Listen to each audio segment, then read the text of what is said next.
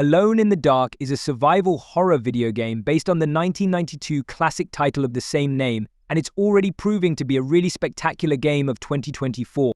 We get plunged into weird dimensions, solve complex puzzles and fight, quite disgusting-looking monsters. Setting off on your quest to locate Emily's uncle, Jeremy Hartwood, you will come across numerous foes wandering the corridors of S.A.M.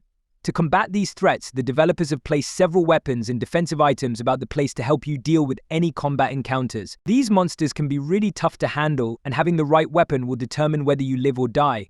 So today I will be uncovering all the weapons available in the game through a detailed list and exploring their various uses, ensuring you're aware of all your options and won't overlook any during your playthrough.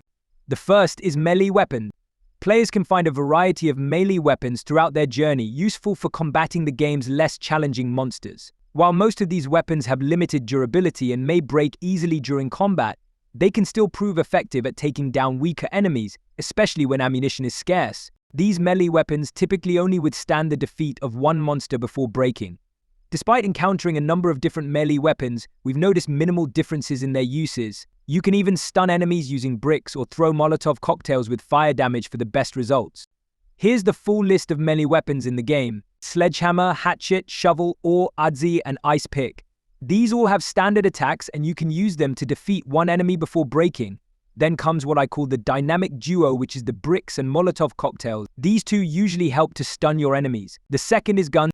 As a player, you can find and equip only 3 standard weapons in the guns list: the Tommy gun, the shotgun, and the revolver, which is basically the pistol in the game. The revolver is your standard use weapon. It is the first weapon you have in the game. It is quite perfect if you haven't got any melee weapons and can handle most enemies in the game.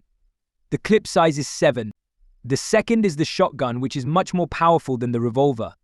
The shotgun usually takes just one shot to kill your standard enemies in the game. It is great for close quarters combat in the halls of S.A.M. ships you visit later in the game. As expected with most shotguns, especially this one, which is a double-barrel shotgun, the clip size is 2. Then we have the Tommy gun. This is the best weapon in the game. It's extremely effective for the winged sand dweller and spider-like monsters you face toward the end of the game, which are really formidable enemies. Its clip size is an astounding 20. The last is the flare gun. Now, I didn't include this earlier because it is only meant for lighting your path in the darkest hour, which is something that is very common in Alone in the Dark.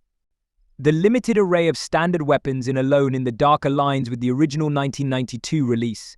Recalling from memory, the game provided only a revolver, shotgun, and bow. The machine gun was introduced in Alone in the Dark too, but Edward and Emily could find a couple of swords in the classic version. As a final note, it's worth mentioning that in Alone in the Dark, both Emily Hartwood and Edward Carnby have access to the same weapons, facing similar monsters, puzzles, and challenges with little variation between their experiences. It's mostly just the cutscenes.